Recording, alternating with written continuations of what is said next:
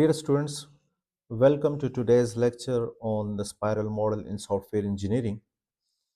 Today we are going to explore one of the most powerful and practical software development models that is used in industry, and that is the spiral model. This model was proposed by Barry Boehm in 1986 and is especially important for managing risk in large and complex software projects. Spiral model is focusing on the risk, so that's why it is called as the risk driven, iterative, and customer centric methodology to software development. Before we begin, just think of when we hear the word spiral, how might that shape relate to building the software?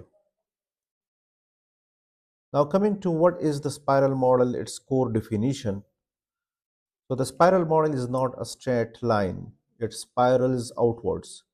With each rotation, the team plans, analyzes the risks, builds something, and then gets feedback. This is what makes it different from the waterfall.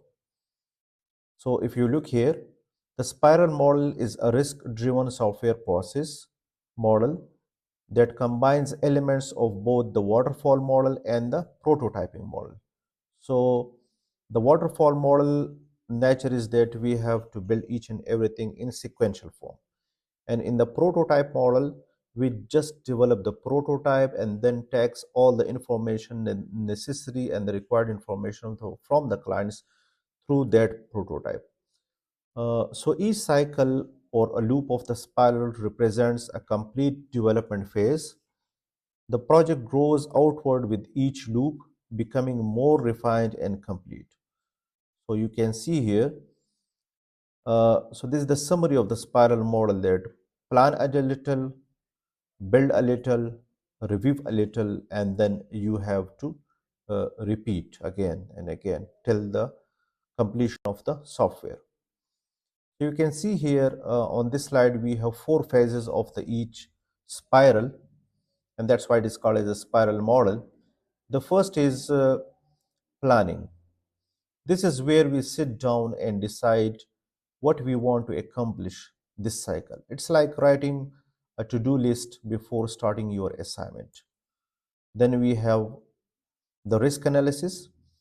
So this is the most unique phase, and that's why this model differentiates it from the rest of the models. We ask ourselves what we can go wrong.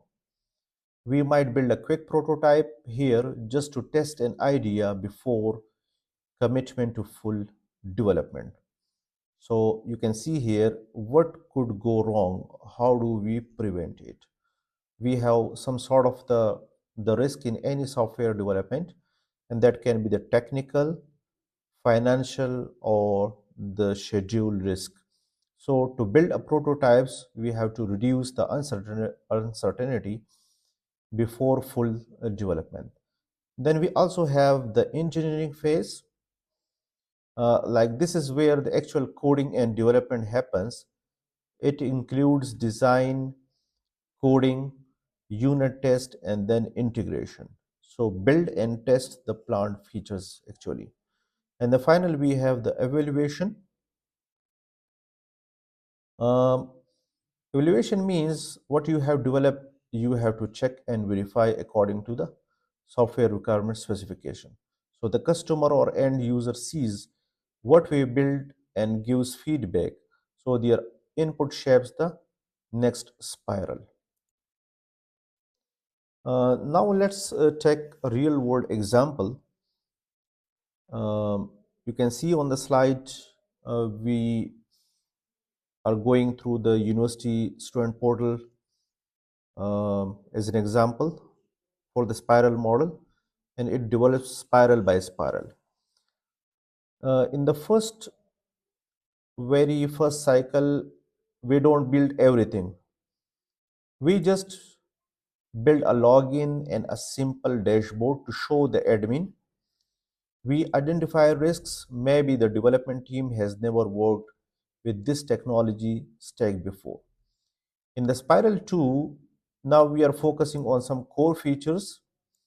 We have handled the basic risks and now we build more features, like the fee payment plus results module.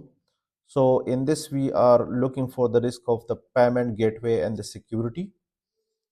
The output will be functional modules that is built.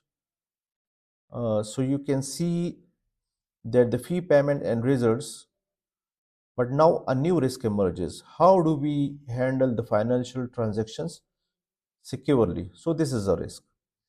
In spiral 3, we can see we have the spiral of the advanced features. Now just look that we have built the advanced features, and students can apply for leave. Okay, they can see the notifications, but the risk is, what is the risk here in this cycle? The personal data protection, and that is the data privacy and encryption. So this is the risk, and we have to focus on this risk in this cycle. The last but not the least, that is the deployment phase, and that is the last spiral that is about to develop or deploy to the real server. We plan for downtime, backups, and then hand it over. So you can see here the risk is the server downtime planning. We have to focus that the server must not down. It must not be down. The services must be 24/7. So then the project will be completed and it can deliver in full spirit. So let's look at the advantages and the disadvantages. Um, on the advantages side, you can see that we have through this model, this is excellent for the risk management at every phase. Customer reviews the product after each spiral. Changes can be very easily incorporated during the development. And it is suitable. The most important thing is that it is suitable for large, complex, and the critical projects. And finally, we combine the best of the waterfall and the best of the prototyping models. Now, looking at another side of the, that is the disadvantages.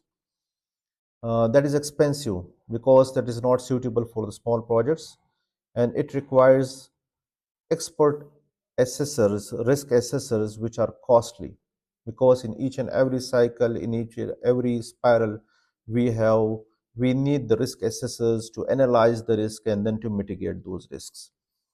And the processes can go on indefinitely without proper control.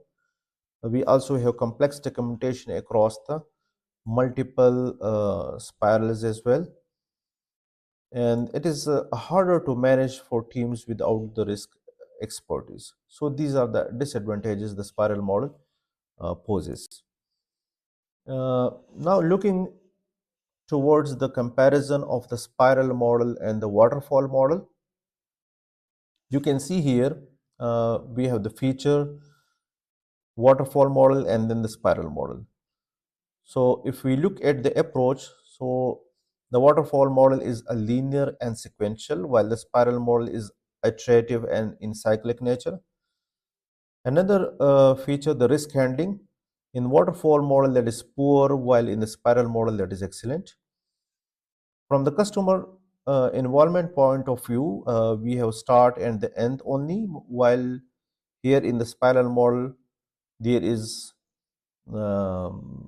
the customer involvement is after every spiral. Flexibility to change, which is very low in the waterfall model, while it is very high in the spiral model. If we compare the cost, so it is lower in the waterfall model and higher in the spiral model. Where it best suits, or you can see the waterfall model is best for small, well-defined projects, while in case of the spiral model, it is for large and the complex projects. Now coming to the prototyping. So in the waterfall model, no prototyping is included, while in the spiral model, that is built in every spiral or the cycle. Now you can see here when to use the spiral model. And in each model, we have to look this factor. that where we can use that sort of the model. Now, in case of the spiral model, you can see uh, in in case of the projects or the software which have a high budget. So if you have or you are a startup with very limited budget and just two or three developers, so spiral is not your model. But if you are building for a government department or large enterprises, then it's ideal for you. The second, we have the unclear requirements. This is very common in real projects. Clients often don't know exactly what they want. Spiral lets you build a little, show them, and then refine. The next feature is the risk intensive project. So, in case of the banking systems, healthcare, military software, these can not afford failures. So, risk analysis must be thorough and continuous. Now, if you look at the long and the complex projects, so ERP systems like the SAP can take years to develop. Spiral is perfect here because it manages complexity in manageable cycles. Now, for the critical systems, think of the aircraft autopilot software or hospital ICU monitoring system. So, a bug here could cost lives. Every spiral must be verified and tested rigorously. And in the last, we have another feature, and that is the new technology, new and unproven technology. So, when a team is using a technology they have never used before, the first spiral might just be a proof of concept to reduce the uncertainty. Uh, so, you can see in the summary a spiral model that is the risk driven. Okay, if you remember nothing else today, remember this: the spiral model is defined by its emphasis on the risk analysis. Every spiral, without exception, passes through the risk analysis. Then you can see here we have risk driven, that is already I told you, that is the risk driven. Then we have four phases per loop, or in each spiral we have the four phases. The first one is planning, then we have the risk analysis, engineering. Engineering is like design and development, and evaluation, where every cycle goes through all the four. Uh, you can see the spiral model is of iterative growth.